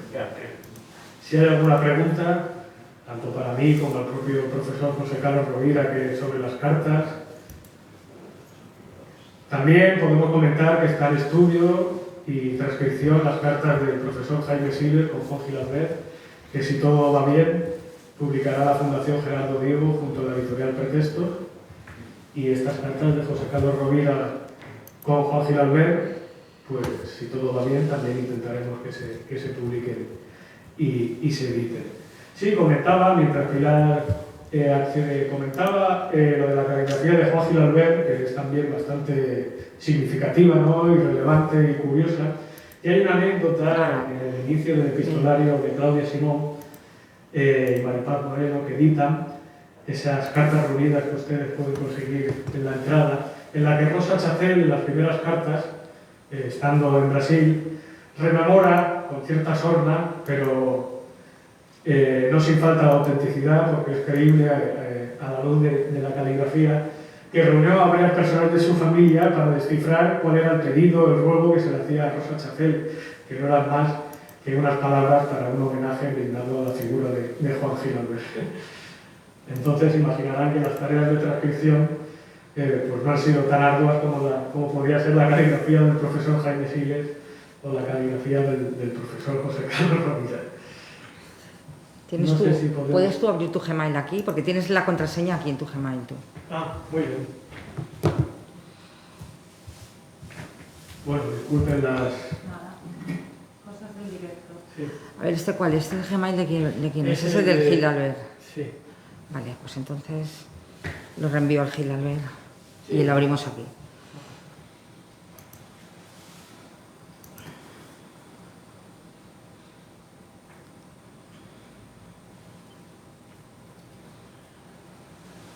Bueno, ya saben ustedes que mañana tenemos otra sesión en la que participa, como ya se ha dicho, José Carlos Rovira, María Paz Moreno, editora de su poesía completa, Entre Textos, y también el profesor Raúl Molina Gil, que hablará también desde un aspecto también historiográfico y comercial de Fuentes de la Constancia. Mientras conseguimos... Si es cuestión de pasar de un correo a otro, si lo quieres abrir tú aquí, a ver. Voy a presentar a María Teresa Navarrete, y así tenemos esa tarea avanzada, que es profesora de Literatura Española en la Universidad de Uppsala, Suecia. Es licenciada en Filología Hispánica en la Universidad de Cádiz y estudió el máster Estudios Hispánicos en Cádiz y el máster el 27 desde hoy en la Literatura Española Hispanoamericana en la Universidad de Granada. Se doctoró con una tesis titulada La obra literaria de Julio Uceda, que fue galardonada con el Premio Extraordinario de Doctorado. Ha trabajado como profesora e investigadora en las universidades de Cádiz, Gante y Amberes. Sus temas de investigación se centran principalmente en la poesía española contemporánea, la literatura bajo el franquismo, la literatura escrita por mujeres, las redes literarias y los estudios sobre el trauma. Sus trabajos han sido publicados en editoriales como Iberoamericana o Castalia y en revistas como Ínsula, Signa o Anales de Literatura Española Contemporánea, entre otras. Recientemente ha publicado la monografía... Soy yo. Ahora la vemos. La monografía La poesía de Julio Ceda, emisora en el año 20. Asimismo, ha coordinado los monográficos Redes Literarias en la poesía española del primer tercio del siglo XX o Con el franquismo en el retrovisor, las representaciones culturales de la dictadura en la democracia, entre otros. También ha desarrollado estancias de investigación en el Consejo Superior de Investigaciones Científicas, en la Universidad de Bérgamo y en la Universidad de Ámsterdam. Bueno, María Teresa, ha sido algo, una tarea complicada. Espero que no te hayamos hecho esperar mucho y te cedo la palabra. Pues muchas gracias. Creo que se acopla un poco el sonido. A ver si yo lo puedo solucionar desde aquí. No sé si para vosotros. Está apagado. No está apagado. Este está apagado. Es ahí abajo. Claro, ahí abajo. Sí, ahora. Prueba ahora, María Teresa. Ahora no te oye. Ahora no me oye. A ver si habéis cortado el micrófono, no te oye. Vamos a apagar el micrófono de aquí para que no se acople, ¿vale? ¿De acuerdo? Está siendo complicado, María Teresa. Bueno, yo creo que ahora sí, si me escuchas bien. Vale, pues venga, tiramos. Bueno, en primer lugar, pues muchas gracias por la presentación y también deciros que me hubiera encantado poder estar allí. Y también gracias a Pilar Tebar por enseñarme el Instituto Gil Albert en este tiempo de espera. Y bueno, y en segundo lugar, pues me gustaría agradecer a Manuel Valero que me haya invitado a participar en estas jornadas. No voy a negar que me siento un poco intrusa, ya que he dedicado mis investigaciones en su mayor medida a la poesía escrita por mujer en el medio siglo español. Sin embargo, cuando Manuel Valero me ofreció la oportunidad de formar parte de este encuentro, dije que sí, sin dudarlo, ya que el poemario Fuentes de la Constancia siempre me pareció un evento raro y en cierta medida excepcional dentro de la poesía española. Y además no iba a tener mejor excusa que estas jornadas para poder adentrarme sin remordimientos en la poesía de Gil Albert. Bueno, mi intervención tiene como título Habrá sonado la hora, que es una pregunta que Gil Albert le hace a Rosa Chacel en una de sus cartas en el momento de preparación de la antología Fuentes de la Constancia. Sin embargo, aunque voy a recoger esta carta un poco más adelante, pues voy a empezar con unas palabras de Luis Antonio de Villena sobre Gil Albert. Como bien ha explicado Luis Antonio de Villena, el adjetivo raro persigue a Gil Albert, su escamoteada pertenencia a la generación del 27, tal y como explica Villena por su contacto con los integrantes de la promoción lírica tardíamente y también por la coquetería de quitarse años, algo que penaliza en la historia literaria española, construida a partir del método generacional. Pero yo diría que sobre todo por su llegada a España en 1947, después de exiliarse en 1939, lo colocan en una encrucijada difícil. Me gustaría detenerme a explicar un poco más este segundo condicionante antes de llegar a la recuperación de la poesía de Gil Albert en Fuentes de la Constancia. La relación entre la literatura que se produce bajo el franquismo y aquella que los autores españoles desarrollaban en el exilio fue abrupta a lo largo de la dictadura. Me gustaría hacer referencia a un conocido artículo de Ramón J. Sender titulado Un cuento imposible, muy conocido, en el que Sender hablaba de la imposibilidad del establecimiento equilibrado de contactos entre la literatura de dentro y de fuera. Sender acusaba a los escritores que se habían quedado en España de aceptar tácitamente o expresamente la dictadura franquista, los llamados facciosos, mientras que caracteriza a los escritores en el exilio, los leales, como artistas fieles a la patria, a la memoria y a la esperanza. Sobre el hecho de escribir en España bajo las restrictivas condiciones de la censura, Sender recogía en su artículo algunas de las apreciaciones ya realizadas por Guillermo de Torre con anterioridad en el año 53. Torre afirmaba que el mal de la censura no era una cuestión de grado, sino de principio, lo que colocaba la literatura española en un ámbito de desconfianza automática a juicio de la España en el exilio. En la misma línea se sitúa Sender y alude a que escribir en España supone reajustar la imaginación y, por tanto, desestimar y avergonzar a la literatura. Esta radiografía que ofrece Sender de lo que supone para un exiliado publicar en España explica bien esa difícil encrucijada a la que Giralbert tiene que hacer frente cuando regresa a España en el año 47. Llegar a España siendo escritor en el exilio supone pagar un alto peaje. La claudicación, que es un término que rodea la crítica sobre Giralbert en ese periodo, y también ser acusado por parte de los artistas republicanos de traición. Por ejemplo, así escribía sobre Juan Giralbert Víctor Alba, con muy mala fe, dicho sea de paso, en la revista La España Republicana de Toulouse en marzo del 48. ¿Quién no recuerda a Juan Giralbert, aquel poeta valenciano que todo lo comía y mataba con sus versos, que tronaba contra lo que no era ultra cualquier cosa, que se estremecía de rabia al oír que alguien no era tan intransigente como él? Giralbert estaba en México haciendo versos inflamados. Ahora se ha marchado a la España de Franco. ¿Qué dirán ahora sus versos? A la llegada a España, Giralbert sabe que le espera la reclusión, aunque, como confiesa en un fragmento de Los días contados, explica que esa reclusión es ansiada. Cito a Giralbert: por todos los caminos se puede ir lejos y el que se me presenta ahora como más necesario es regresar al punto mismo de donde vine para darme cuenta exacta no tanto del camino recorrido como del que me falta por recorrer, solo que hacia adentro y como si dijéramos sin moverme, bien compenetrado de mí mismo, que es la manera que parece más eficaz de recorrer distancias. La materialización de este deseo de reclusión lo recrea César Simón con detalle en varios trabajos, haciendo alusión a la habitación pintada de gris. La reclusión y la habitación funciona como una constante en la poesía de Giralbert: la casa mundo, la casa celda. Mi casa era mi mundo, el mundo de ella lo he traído todo, dice en Crónica General, o en el poema Buda dice: la tierra y el silencio fueron el gran palacio de mi suerte.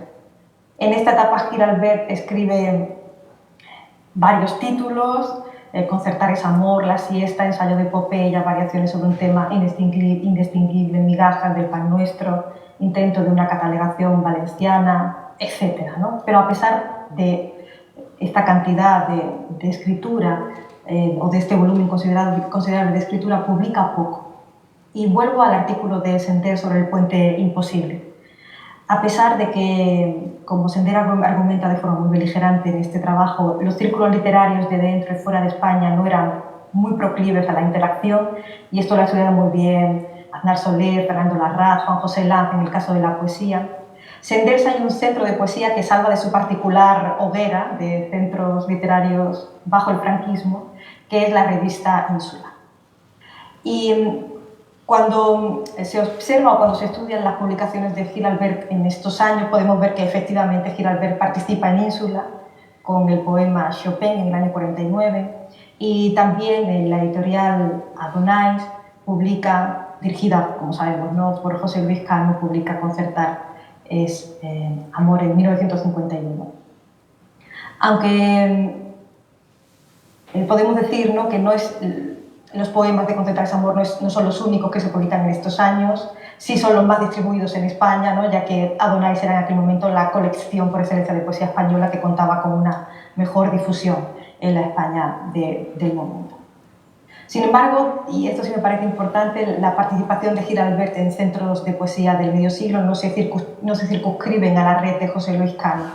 Hay que destacar, por ejemplo, su participación en la revista Caracola en el año 54 y 55, con varios poemas, y también en la revista Cuadernos de Ágora, que en el año 1959 publica en ella el poema Bíblica, que aparecerá más tarde en Fuentes de la Constancia y también en Drama Patrio, y del que no me voy a resistir a citar sus primeros versos, aunque ya los han mencionado Siles, pero este poema es fantástico. El asco de la gente que me rodea pervierte en mi virtud, donde aquella dulzura se ha quedado del alma deseosa, donde el valle feliz, más que fantasmas, todo lo fueron devorando, como buitres que nada sacian. No es baladí que Gil Albert participara en foros como Caracola y Cuadernos de Ágora. A ambas revistas se asimilan los integrantes de agrupaciones literarias que pienso que tienen cierta conexión con esta recuperación de fuentes de la constancia de los años 70. Me refiero sobre todo a Cántico y de manera específica a las propuestas líricas de Pablo García Baena y Ricardo Molina. Son estos círculos los que mantienen con vida, me refiero a Caracola y a Cuadernos de Ágora, las publicaciones de Cántico, y lo que es más importante, su pulso estético dominado por el gran manejo de la metáfora, el lenguaje, la musicalidad, el barroquismo, el erotismo, el hedonismo. Es en estas revistas donde los integrantes de Cántico pueden continuar dando la batalla contra esa poesía joven de los 50 que ellos dicen que está atacada de una pasmosa esterilidad. No hay que obviar que Cántico proyecta en su propuesta lírica y también en su revista, que es el estandarte de su poética, una poesía hacia afuera, es decir, Cántico busca la afinidad en lo extraño, entendido esto como lo ajeno, lo impropio de la estética española según el nacionalcatolicismo.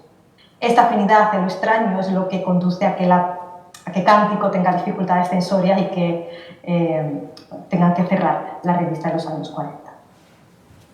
También me gustaría mencionar que Gil Albert, además de participar en estos foros de poesía que eran proclives a incluir otras estéticas diferentes a la estética realista, hegemónica en aquellos años, también forma parte del homenaje a Luis Cernuda en La Caña Gris, hito importante en las letras españolas en los años 60, pero antes quiero recordar, aunque también lo mencioné Siles, que Gil Albert publica en esta revista y también da 2 libros a la colección Caña Gris, y lo que a mi juicio es más significativo, mantiene una relación de amistad con los promotores de este proyecto, con Jacobo Muñoz y con Francisco Brines. Cuando La Caña Gris lleva a cabo el homenaje a Luis Cernuda, Gil Albert obviamente participa, pero lo hace porque pertenece al radio cercano del círculo. Aunque bueno, hay cartas, ¿no?, que como sabemos Cernuda no se mostró muy favorable a los textos de Gil Albert, pero lo cierto, y esto es inexcusable, ¿no?, es que este acto congrega a los 2 representantes de una lírica en defensa del yo. El homenaje a Luis Cernuda en La Caña Gris, junto a otros indicios, como por ejemplo el cierre de la revista Cuadernos de Ágora en el año 64, tras intentar componer un número dedicado a Antonio Machado, para el que no consiguen colaboradores, poetas que colaboren, entre otros muchos, ya indican el agotamiento a mediados de los 60 de la estética del realismo social y adivinan un nuevo tiempo para la poesía no realista, esteticista, que culmina en la culminación de 9 novísimos poetas españoles del año 70. ¿Estaba por fin España preparada para Gil Albert? Sería la pregunta, como le pregunta el propio poeta Rosa Chacel en la carta del 72. ¿Habrá sonado la hora? Creo que, con este interrogante me adentro en Fuentes de la Constancia y en esas recuperaciones que se llevan a cabo a través de la publicación sobre y de la poesía de Gil Albert. Me gustaría retomar esta carta de Rosa Chacel y citarla un poco más. Gil Albert le escribe a Rosa Chacel: aparecerá una antología poética en Ognos, unos 70 poemas, colección que dirige un grupo de jóvenes ya conocidos que me escriben diciéndome cosas como esta: su poesía puede y debe ser un buen revulsivo frente a tanta vaguedad y vaciedad como nos rodea. Es inesperado. ¿Habrá sonado la hora? El grupo de jóvenes de Ognos ya conocidos, tal y como los refiere Gil Albert, son en realidad poetas que llevan interviniendo en el campo lírico de los años 50 de manera constante. Ognos tiene su origen en la Escuela de Barcelona, gran protagonista de la poesía bajo el franquismo, y si en 1959 Barral y Castellet, después del homenaje a Machado, consiguen poner en marcha y consolidar la Operación Realismo a través de la antología 20 años de poesía española, publicada en Cid Barral, a finales de los 60 la pareja Barral y Castellet propone un nuevo giro con la antología 9 novísimos poetas españoles, que propicia la legitimación y la hegemonía de otras líneas líricas caracterizadas por el culteranismo, el esteticismo, el vitalismo. Dentro de esta nueva operación pienso que, y estoy muy de acuerdo en esto con Juan José Lanz, que hay que situar la editorial Ognos, que se inicia en la Barcelona del 69 bajo la dirección de Joaquín Marco. y con el impulso de un consejo asesor de lujo, podríamos decir, ¿no? Formado por Gil de Bielma, José Agustín Goytisolo, Vázquez Montalbán, Jim Ferrer, Luis Izquierdo. Tan solo con el título de la colección Ocnos, esta empresa editorial está sentando sus bases. El origen de esta nueva ola lírica está en Luis Cernuda, aunque después la colección vamos a ver que se atreve con distintos flancos, autores latinoamericanos, autores prohibidos por el franquismo, poetas que renovaban los hábitos líricos anteriores. Y es en esta última remesa, en la remesa de la renovación del hábito lírico de los 50, es donde pienso que debemos situar a Francisco Brines, poeta que participó en Ocnos con el libro de poemas Saúl. Como la crítica ha explicado además muy bien, la participación de Brines en Ocnos es relevante como puerta de entrada a Gil Albert en esta colección. Brines le presenta en una visita a Joaquín Marco la idea de publicar a Gil Albert y Marco reacciona de forma muy positiva, ya que conocía a Gil Albert por ser secretario de la Revista de España. Y después, también como la crítica ha explicado bien, Gil de Bielma se convierte en uno de sus principales valedores. A pesar de que no hay duda que la publicación de Fuentes de la Constancia en el 72 supone para la poesía de Gil Albert la ansiada difusión en España y el éxito, cabe preguntarse, a la luz de este repaso, qué supone el rescate de la poesía de Gil Albert dentro del ámbito de la poesía española de los 70. En primer lugar, supone, es evidente, ¿no?, una recuperación de la trayectoria de la poesía de Gil Albert, pero pienso que lo que hace esta antología relevante es que ofrece una trayectoria completa hasta los años 70 de la poesía de este autor. En ocasiones estas recuperaciones ofrecen una etapa del escritor y se configura un relato muy estático sobre las propuestas de los poetas. Esto pasa, por ejemplo, mucho en el caso de las mujeres, pero Fuentes de la Constancia propone la trayectoria del autor completa, ¿no? Ofrece el recorrido completo. Y esto permite adentrarse en el Gil Albert de candente horror, con poemas como Cultura estallante, que también ha mencionado Jaime Siles, pero también, ¿no?, permite poder acceder a poemas como Canto a la felicidad, de las ilusiones, y a versos de este tipo, ¿no? Viejos monstruos, destructoras legiones de infortunio, espíritus saciados que pretenden sellar al hombre dulce como bestia sometido a la paz de su rebaño. Doblad ante mi júbilo indefenso vuestra horrenda cerviz, llorad al menos vuestra insana impotencia revelada cuando no habéis podido aniquilarme. La segunda recuperación, a mi juicio, sería la recuperación del 27 y del exilio. Y esta empresa lírica por parte, ¿no?, de Ocnos me parece realmente excepcional. He señalado al principio de mi intervención la separación de los circuitos literarios del exilio y el insilio, que en gran medida pues, se traduce a lo largo de los años en el estudio en paralelo de estos dos ámbitos poéticos, lo que ocurre fuera y dentro de España. Pero Fuentes de la Constancia advierte, ¿no?, de manera pionera que estas fronteras metodológicas son muy poco operativas y proponen la recuperación de un autor del exilio bajo el franquismo, ¿no?, que me parece muy relevante. Y la tercera recuperación sería la recuperación del esteticismo. La poesía de Gil Albert ofrece una puesta en escena impropia de la estética española del franquismo. Su extrañeza era provenir de los círculos de los años 20 y 30, pero más allá de eso, su particularidad pienso que proviene de la negación a camuflarse en las filas de la poesía realista de los años 50. Esta disidencia del realismo no comienza hasta los años 70 en España. Fuente de la Constancia es un ejemplo, pero hay otros muchos. Por ejemplo, Cántico no es reivindicado hasta los años 70, fundamentalmente por los estudios de Guillermo Carnero. Hasta entonces sobre Cántico pesaba el silencio y también la noción de que eran poetas regionales. O pienso en otros disidentes como los postistas, con los que ocurre algo similar. Félix Grande es el primero que rescata Carlos Mundo de Oro en los 70 y descarta esa idea de insignificancia que rodea a la propuesta lírica de este grupo. Quiero decir que el silencio que cayó sobre estas propuestas no realistas, quiere decir que el fracaso de estas que el silencio, perdón, ¿quiere decir que el silencio que cae sobre estas propuestas no realistas implica el fracaso de estos poetas? Pues yo diría que no. Hasta los años 70 este tipo de propuestas fueron frenadas, en muchos casos por la censura, no bien atendidas también por la crítica, pero estos proyectos líricos no se agotan y dejan su particular estela en el franquismo. El no realismo tiene su recorrido en estos años y así lo demuestran revistas como El pájaro de paja, de Eucalión. Voy a pasar por esto muy rápido. También proyectos clandestinos como Ágora, cuadernos de poesía y la colección Neblí, que después darán lugar a la Ágora de Concha Lagos, pero que tienen una fase preliminar clandestina dirigida por Rafael Millán. También Cántico extiende sus tentáculos por la poesía andaluza, por ejemplo, el proyecto Alcaraván guarda muchas similitudes con Cántico. Del mismo modo, uno de los discípulos de Cántico, Antonio Gala, funda con Aquilino Duque la revista Algide, o también, como hemos visto, Caracola asume las propuestas líricas no realistas de este grupo.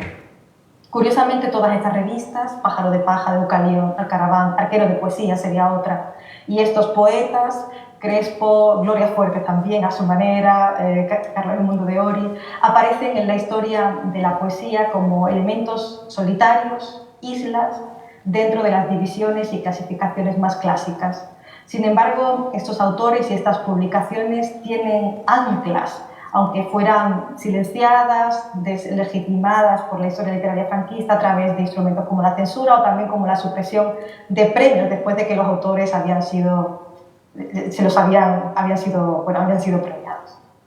Pienso que el gran valor de Fuentes de la Constancia está en el hecho de señalar, y con esto termino, a los estudiosos de la poesía bajo el franquismo, entre los que me cuento, que uno de nuestros deberes, de nuestras acciones como investigadores, consiste en reparar los desfases en la historia de la lírica de estos años y vislumbrar estos grupos poetas, ya no en solitario, sino atendiendo, poniendo atención a sus antecedentes y precedentes, para recuperar la línea lírica de la poesía vitalista, hedonista, esteticista y también comprometida. Si hacemos esto, obtendremos una genealogía de la que forman parte Luis Cernuda, Juan Gil Albert, Baena, Crespo, Brines, Gil de Viedma, Luis Antonio de Villena, Ana Rossetti, y pensando en la poesía actual, Juan Antonio González Iglesias. Si hacemos esto, el nodo Juan Gil Albert no me parece tanto un elemento aislado en la isla, sino más bien un eslabón importante y decisivo de uno de los hilos que cruzan y definen la poesía española contemporánea. Muchas gracias.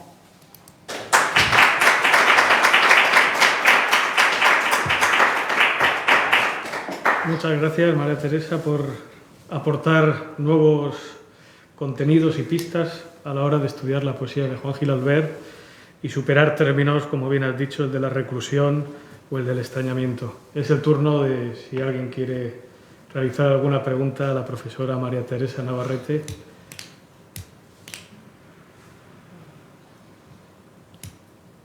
Parece que no.